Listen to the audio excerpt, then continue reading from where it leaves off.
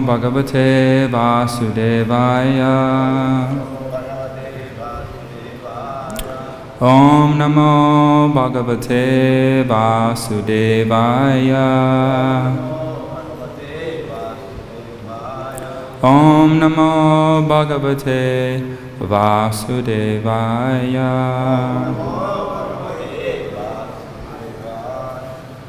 Okay, so reading from Srimad Bhagavatam, 9th Canto, Chapter 19, Text 4.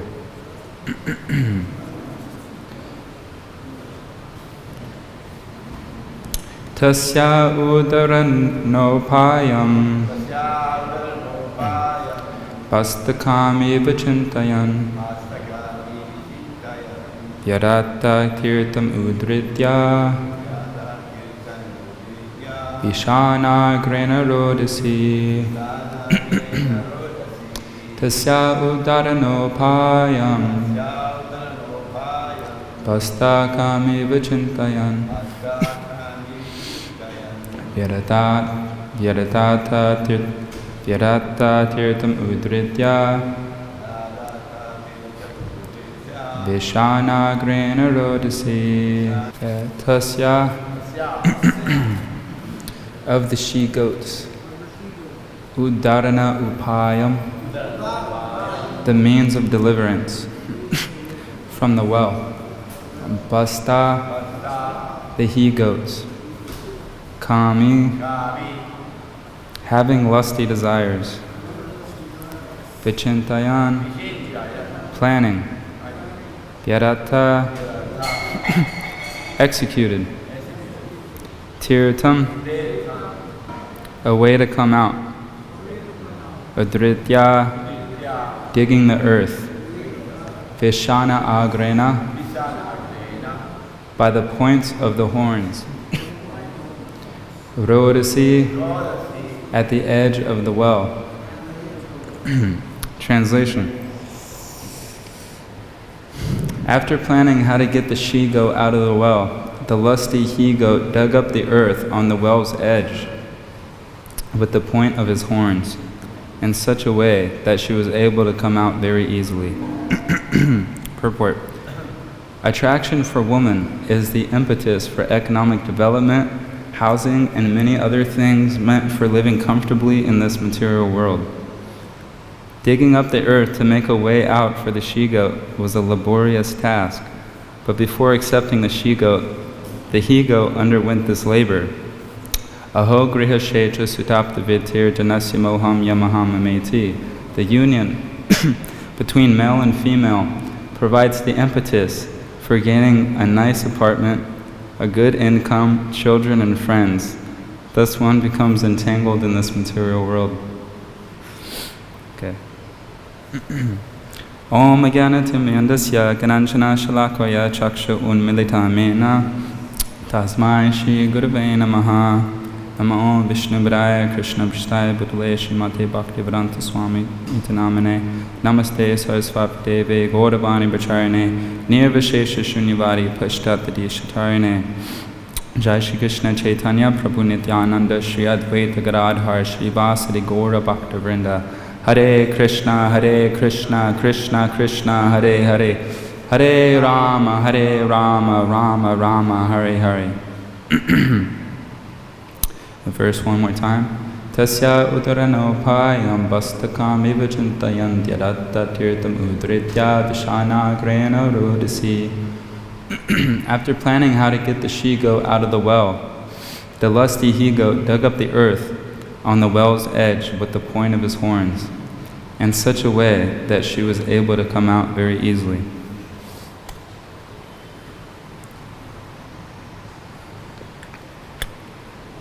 Okay. So I was asked to give class again for my own purification and hopefully for the pleasure of all the Vaishnavas and Srila Prabhupada.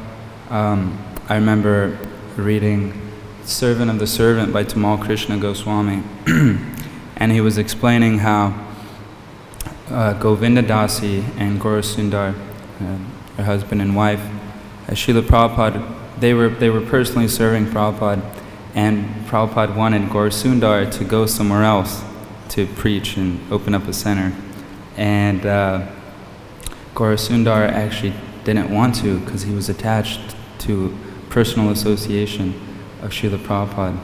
And Tamal Krishna Goswami recalls how Prabhupada basically had to literally kick him out of the room and send him with his bags to take a plane to his preaching destination.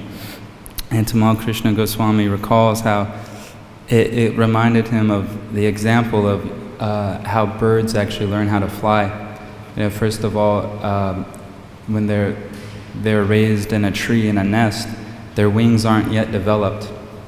But once the mother thinks that the wings are developed enough, even though the baby bird is scared to fly, the mother bird will actually kick the baby bird out of the nest, and the baby bird is forced to fly, otherwise he'll fall to the ground. So he was saying that seeing Srila Prabhupada do that to Gaur Sundar reminded him of that example of that bird learning to fly. So in the same way, for some reason, I don't know why, but I'm asked to sit up here and speak. Everybody else is more qualified than I am. But so this is 6 Goswamis of Vrindavan, and the Acharyas and the Goswamis are actually physicians. They're spiritual doctors, and what they do is they teach us the way to come from a disease condition back to our healthy state. And there's a disease called amnesia, and I actually know one devotee that this happened to.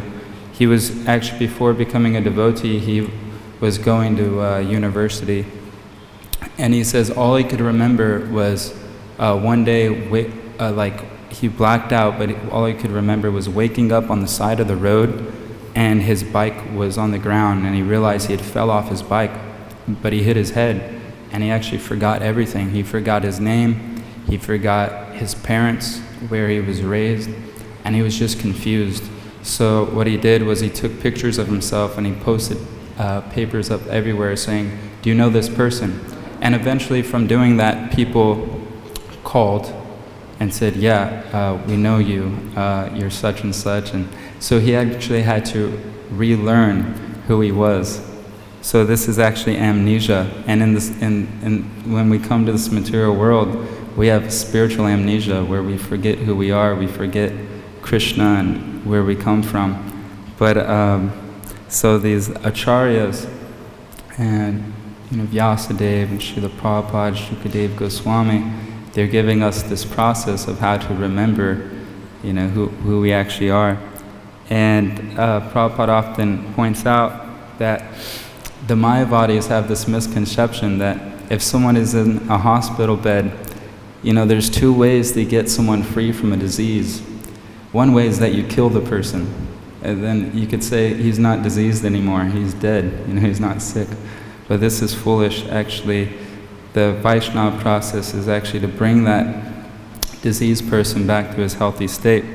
So as one starts the path of self-realization, the acharyas give the perfect process of a special type of Vaidhi sadhana bhakti, especially in our Gaudiya Vaishnava tradition, in the line of Chaitanya Mahaprabhu. We're not given the Vaikuntha Vaidhi, where we're worshipping Lakshmi Narayan. You could see that even from a neophyte stage, we're given the topmost process to developing and gradually understanding Vrindavan just from doing what is given to us, chanting Hare Krishna, seeing the deities of Radha and Krishna, Tulsi prayers, everything that's given to us is a special type of Vaidhi. I remember my friend Madhavendra Puri Prabhu, he's a senior devotee, and he was explaining how the first 10 years of his Krishna consciousness, he was kind of like mechanically mumbling the prayers, and he was saying, the Tulsi prayers, he was just mumbling them mechanically for 10 years, and then one day he woke up and he realized, oh my God, what am I saying, in these prayers, it's amazing. And so 40 years later, he's saying the same prayer, but with much more realization, with a different consciousness.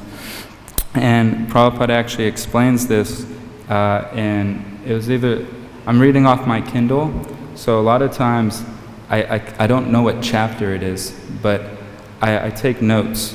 And it's either, I think it's in the beginning of the 3rd canto where Prabhupada explains a purport that says, just by becoming attracted to Radha and Krishna and hearing their pastimes, one naturally becomes free from anarthas without an extraneous endeavor to become free from anarthas alone. But just by engaging in the hearing and chanting process of Radha and Krishna. And he says that this is proof of the verse 259 of Bhagavad-Gita, Param Drisva Nivartade, that if someone is getting a higher taste, naturally he wants to give up that lower taste. And the example is given is like if you have poison in this cup, instead of just washing out the cup very thoroughly until you get the poison out, if you pour nectar in the cup, automatically the poison comes out itself. So this is what we're given, a special type of process, and given the topmost process even for the neophytes. And Lord Chaitanya also, on top of that, is giving us the fast track how to actually realize the great fortune that we've been given. And he's given us this mission of spreading Sanatana Dharma. And by doing this, one makes rapid advancement. And it's compared to the fast track on the highway. Like in America, from where I'm from, we have a carpool lane. It's one lane on the freeway that only certain cars are allowed to go on. All the other cars are stuck in traffic. But if you meet the qualifications, you drive in this lane and you speed up, pass up all the other cars while they're just sitting there, and you go really fast. So I been reading recently the 3rd canto where Kapila Devi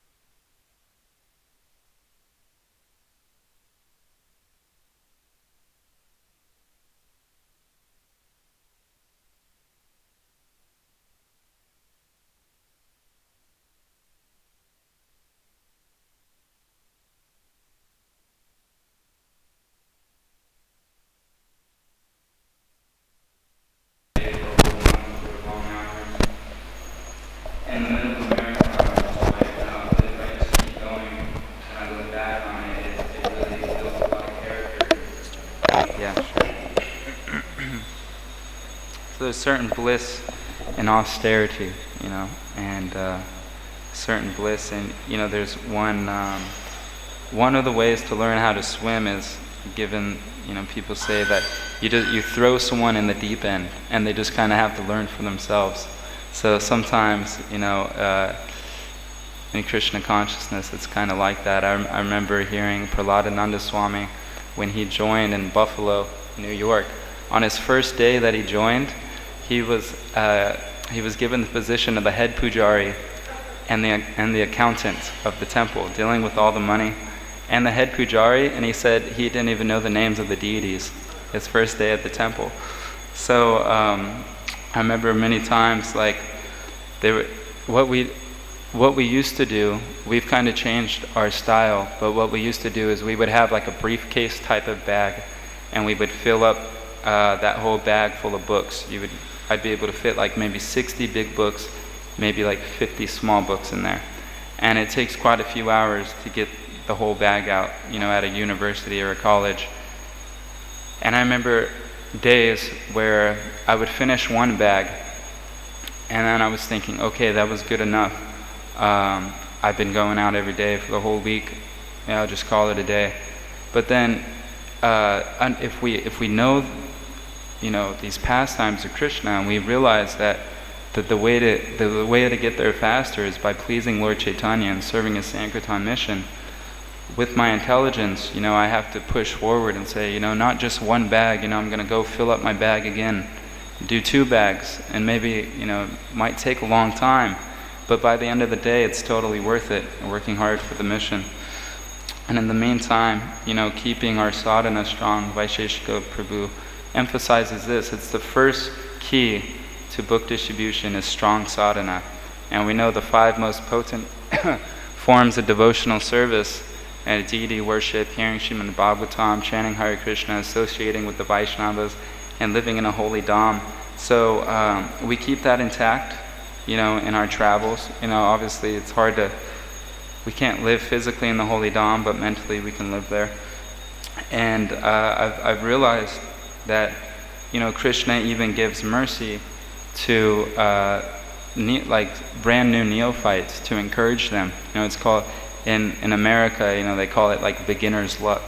And in Madhurya Kadambini, it explains how the stages of devotional service from Shraddha to Sadhusanga, Bhajana, Kriya, all the way up to Prema, it's kind of like a spectrum.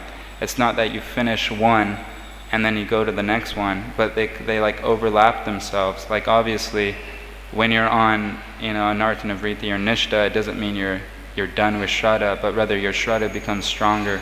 So in the same way, sometimes for a super brand new person, Krishna will give them a little bit of glimpse of some ruchi or some taste, and to help them, to encourage them to keep going. And I remember with my first few days, after I had read my first book, and I met a devotee that invited me to the temple, and I was sleeping outside of the temple. I found some grass lot. I was sleeping on the grass and coming to the temple every day to hear Bhagavatam class.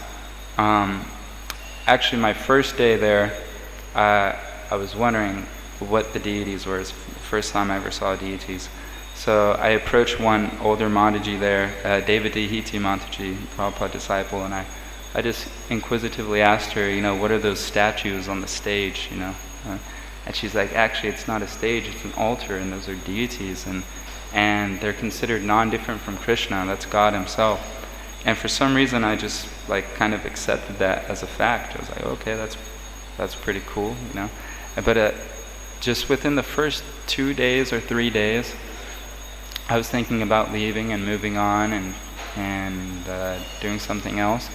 But I'm from the I joined the Los Angeles Temple, and anyone who's been there has seen pictures or video of it. They know that on both sides of the altar, there's a Murti of Jai, and on the other side is Vijay, the gatekeepers of Vaikuntha. And I remember the first few days, I had a very vivid dream. It was so real that I went into the temple, and the altar was closed, but Vijay, the one on the right, stepped down, got off. It's not on the altar, it's right by the side, but they're kind of elevated. They're standing on a little platform that's a few feet above the ground. He gets off the platform, and he sits down, and there's a plate of prasadam, and he just starts eating the prasadam. And then I'm mesmerized, and I'm like, oh my God, what do I do? So I remembered what the devotees were doing, that they pay obeisances. So I paid dandavats to Vijay, and then he just looked at me, and then he finished his prasadam, and he's standing like this. Then he went off, he took the prasadam, offered my obeisance, and then he looked at me, and then he just got back on his platform and went into his original form. And then the next morning, I was like, wow, this is real. This is a real thing. The deities are real. And that gave me an impetus to stay and learn more. And I had a few more other dreams similar to that, where Krishna gave me a lot of mercy, trying to encourage me. So the 6 Goswamis picture that I wanted, this was actually given to me by a very dear friend of mine, senior devotee, amazing person. Daivi Shakti Mataji knows him, Brigupati Prabhu in Los Angeles. What he does is he gives these out as gifts to devotees. And because, devotees will come and they'll ask for blessings or, Prabhu, please pray for me. And he keeps these on, a bunch of these pictures of 6 Goswamis on him at all times, basically, or they're always ready to be given to people. So people will come up, please, Prabhu, give me blessings. He said, okay, I'm going to give you the real blessings. And he pulls this out, and he gives this to him, and he says, on the back of this paper is the prayers, Shad Goswami Ashtaka. He says, okay, these are the real blessings. Chant this every day, memorize it, and follow what's on here. And I'll read this really quick. It's a verse from Chaitanya Charitamrita, and Krishna Das Kaviraj Goswami, and there's a verse in the purport. So just like I was saying earlier, it says in the purport, it is not astonishing that many impediments are placed before those who are spreading Krishna consciousness movement all over the world.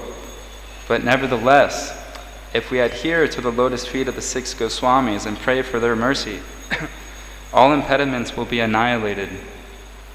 All impediments will be annihilated by praying for their mercy. And the transcendental devotional's desire to serve the Supreme Lord will be fulfilled. So that's the purport. In the verse, Krishna Das Kaviraj Goswami says, I pray to the lotus feet of the 6 Goswamis, Shri Rupa Sanatana Bhadrarakanath, Shri Jiva Gopala Bhatta Das Raghunath. So all my impediments to writing this literature will be annihilated, and my real desire will be fulfilled. So Brigupati told me that if we get the mercy of the 6 Goswamis, we can apply this to our life. Krishna Das Kaviraj Goswami was in his 90s, and he explains in Chaitanya Charitamrita how he could hardly write, his hand was unsteady, he could hardly see because of his old age, but somehow or other he was writing, and it was a miracle. And so, although we're in a fallen condition, and we're not free from all our anarthas, and we do have a big mission ahead of us, if we pray to the lotus feet of the 6 Goswamis, all our impediments will be destroyed, and our desire to perform devotional service will be fulfilled. And in the back of this, I keep this with me all the time, through Srila Prabhupada and the 6 Goswamis, then we get entrance to this. And this is a picture of Radha and Krishna with the gopis and the gopas and the cows and the trees. And this is a painting by Jadharani Mataji, and she gave this to me personally, the artist, Prabhupada disciple. I met her, I was at a vegan festival distributing books, and she happened to also be there. She had a booth with some devotees. They were also distributing books. It was a coincidence. I didn't know they would be there. There's no such thing as coincidence. It was Krishna's arrangement that I actually got to meet her personally. And I paid my obeisances, and she gave me some words of encouragement, and then she gave this to me as a gift. So in devotional service, there's that saying that it's not so much what you know, but who you know. But in devotional service, I would modify that as yes, it's best to know as much as you can, obviously, but to realize what you learn depends on who you know. And I'll explain what I mean when I say that. We could be reading all this knowledge and understand it theoretically, but if we're connected to our spiritual master and serving the Vaishnavas nicely, then we are actually given access to realize what we're learning. And it even explains that, there's a quote in the Krishna hall that, there's different quotes of Prabhupada on the wall, and one of them is, Prabhupada is saying, I am Krishna's and you are mine, therefore you are also Krishna's. And where was it going with that? Yeah, therefore you are always. And the example of is given of Narada Muni, how he was born son of a maidservant, not a significant role, and just a simple child with no education. But because he was serving the pure devotees and taking their remnants, therefore in his next life, he became Narada Muni, a transcendental spaceman traveling all over the universe. And the example of actually I was listening to Nectar of Devotion yesterday, and it was explaining how the usual process of someone going to a prestigious university is, you go through so many preliminary classes and you have to qualify yourself. But some people, because of people they know, or because they have a unique talent, they're given a scholarship where they're able to actually skip all the preliminary classes and go to a prestigious university. So Nectar of Devotion was explaining that how there's a special concession for some people, and I'll get back to that point in a second, what I was talking about, Nectar of Devotion. But this special concession, as I read, I realize that this is what is given to us also. Srila Prabhupada is giving us so many special concessions where you don't have to be 100% completely like a Maha Bhagavat, to go back to Godhead, just from your own endeavor and your own intense practice. But just by pleasing the previous acharyas, that's actually given to you as like a gift of mercy. And some examples I would like to give actually of that. There's one quote, a letter Prabhupada is writing Sarup Damodar Goswami, the scientist, and he told him that if you defeat the atheistic scientists, you will realize your Sarup in Vraj. That's to Sarup Damodar Goswami. And we heard just the other day in Daivi Shakti Mataji's classes in Prabhupada's house how Guru Kripa Swami was collecting to help build this temple. And then Prabhupada said that as you are helping me build this Krishna Balaram Mandir, Krishna is building you a house in Goloka Vrindavan. And then he said, I have seen it, it is very nice. It's amazing. And I'm reading this book right now, Shuddha Bhakti Chintamani by Shiva Ram Swami. It's a really amazing book. It has a lot of insight. It's helped me understand Prabhupada's teachings a lot more from a really amazing point of view.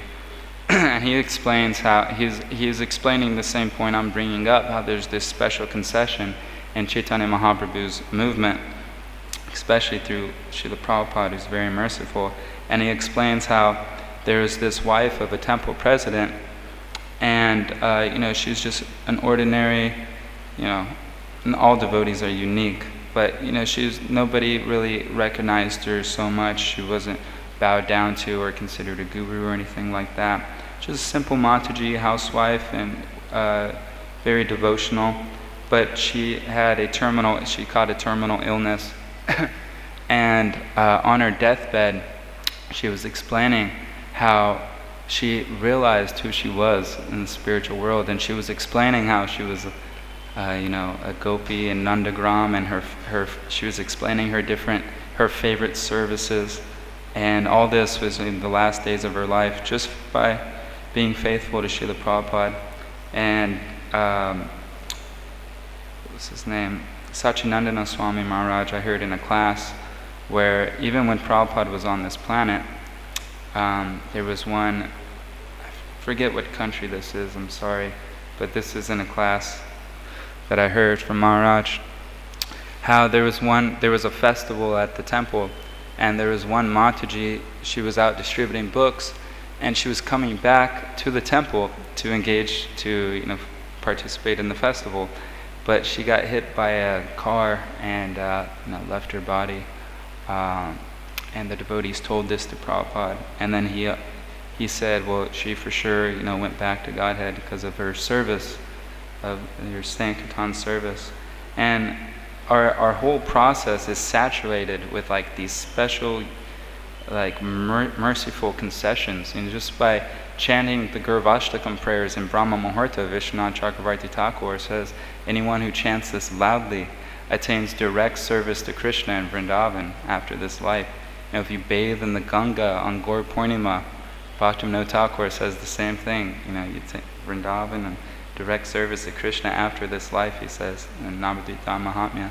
So in a letter to Tamal Krishna Goswami, Prabhupada was explaining how, also in CC with the talks between Chaitanya Mahaprabhu and Ramananda Roy, he's explaining how the Vedic process leads to Vaikuntha, Raganuga leads to Goloka, and that's like very common understanding.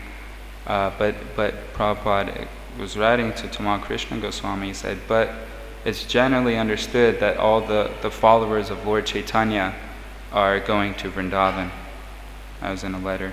And in Chaitanya Bhagavat says that if you just hear a pure devotee chant one time, you also go to Golok. So it's just, our whole practice is saturated with these statements. I just finished the third canto, same thing, the end of the third canto.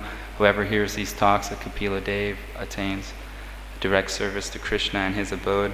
So, but in the Nectar of Devotion, when it's talking about this, the example I gave of the scholarship, given a special concession, it says, but one should not just count on this, but he also has to make his own endeavor to become pure. And I remember Ayendra Prabhu said the same thing in that famous, grassroots movement revolution talk, where he was saying, like, yes, engaging in Sankirtan is like the fastest way to attain Goloka Vrindavan.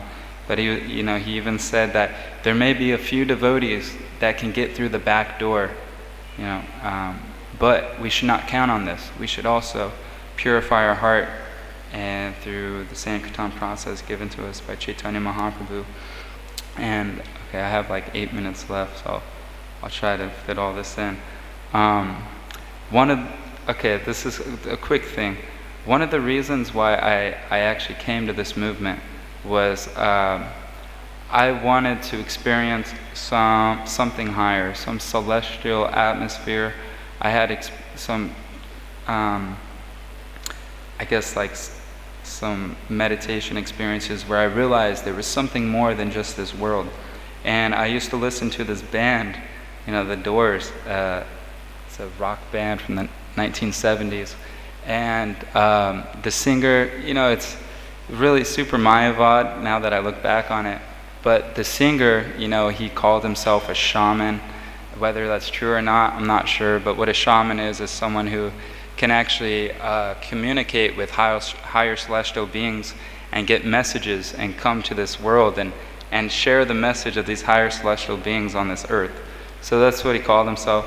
Like I said, I don't know if that's true or not. But there's this one song that they sang, break on through to the other side. And I remember listening to that as a teenager and realizing, like, yeah, this is it. Breaking on through to the other side means breaking out of this material atmosphere and seeing what's beyond, seeing some celestial or spiritual world. And obviously, they're not Vaishnavas, so I'm not giving them like so much credit, but I'm just making the point that this is one of the reasons why I came to this movement, was because I was intrigued with that idea of breaking on through to the other side.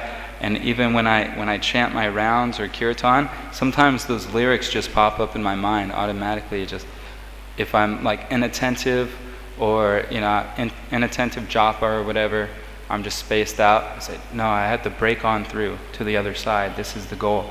And the way we do that is through the Goswamis and Srila Prabhupada. This is how we break on through to the other side. They're giving us access to the spiritual world. And the way that this band, The Doors, got their name is from a book that was written by a philosopher in the 1950s, Aldous Huxley. He wrote this book, The Doors of Perception. And the book is basically about what I was just talking about, having different dimensional experiences through meditation and stuff like that. But actually the Srimad Bhagavatam is the real Doors of Perception book. This is the real thing.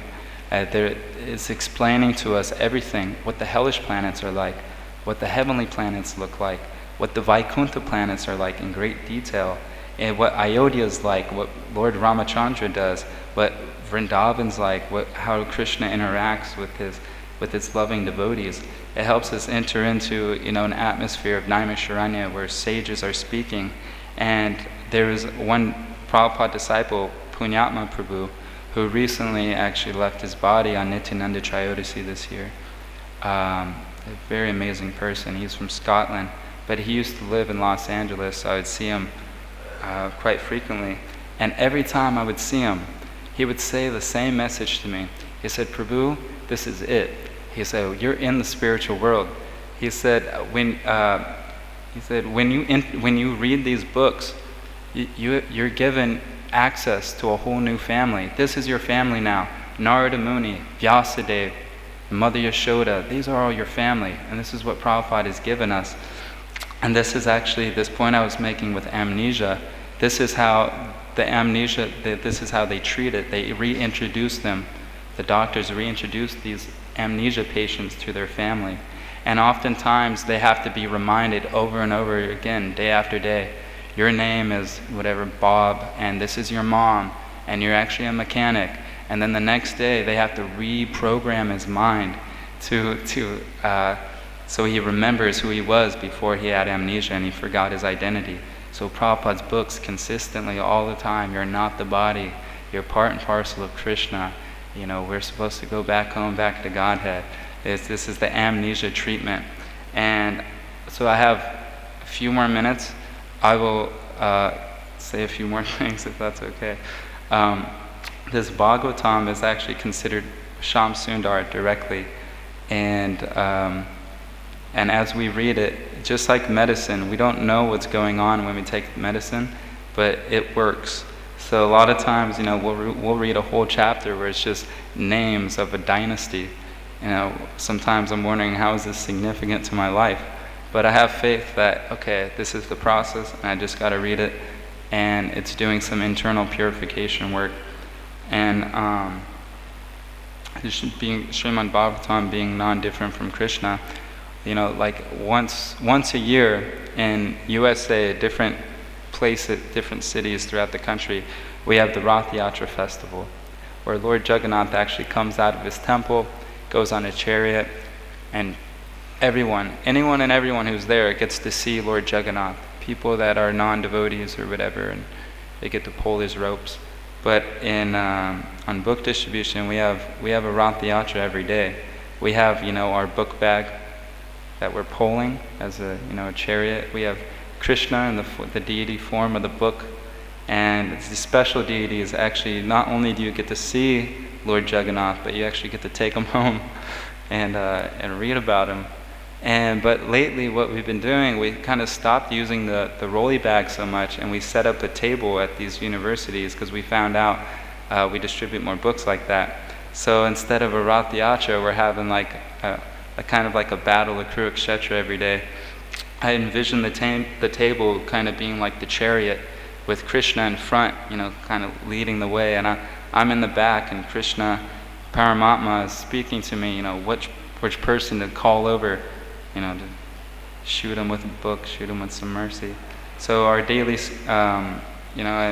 in America, our daily schedule is we usually, we wake up at like 3:30 in the van, chant all our rounds, do a short morning program, and we're packing all our books up by like 8 a.m.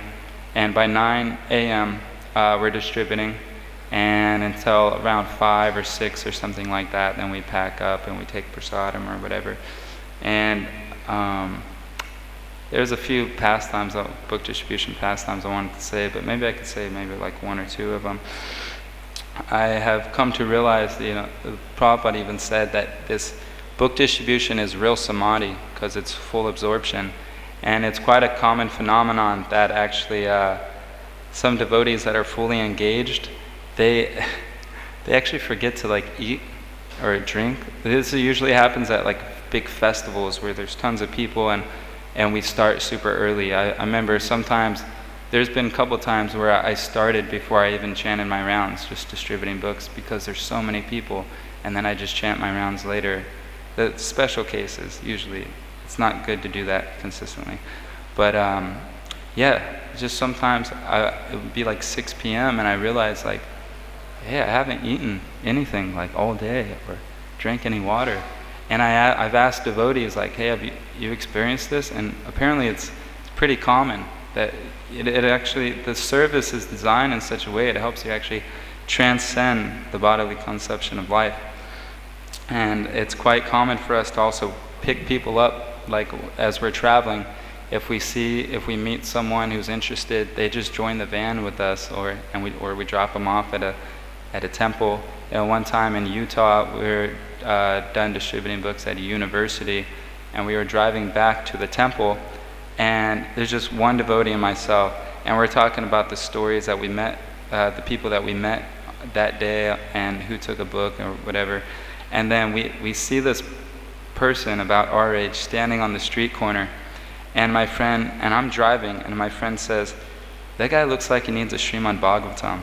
So I kind of like make my way over there, and I stop, and I roll down my window, and I pull out the Srimad Bhagavatam. Hey, what's up, man? Here, you could take this if you like. And then he says, oh my God, a Srimad Bhagavatam. I always wanted to read a Srimad Bhagavatam. In USA, I mean, hardly anybody knows what Srimad Bhagavatam is, so just this random guy on the corner, he always wanted to read a Srimad Bhagavatam. And here we come up, pulling up, and we have the Srimad Bhagavatam. And then we give it to him and we say, hey, you know, we have a temple right around the corner. Why don't you come tomorrow and, you know, we can read. And so, long story short, he ended up joining the Brahmachari ashram in LA. And there, we do some programs sometimes, like we'll hold kirtan in the park and give a talk, short talk with prasadam. And then we just tell people, you know, this is what we do. We travel, we distribute these books, and we have temples all over the country. So if anyone wants to come with us, they're willing to come with us. And you know, we have people sometimes coming this way also. A lot of people don't stay for so long, but some people stay for quite a long time. And I had a list of like stories, but I kind of ran out of time. I'm sorry about that. Should I stop here? I should probably stop here. Is there any questions or any comments or corrections or anything like that? Yes, Prabhuji.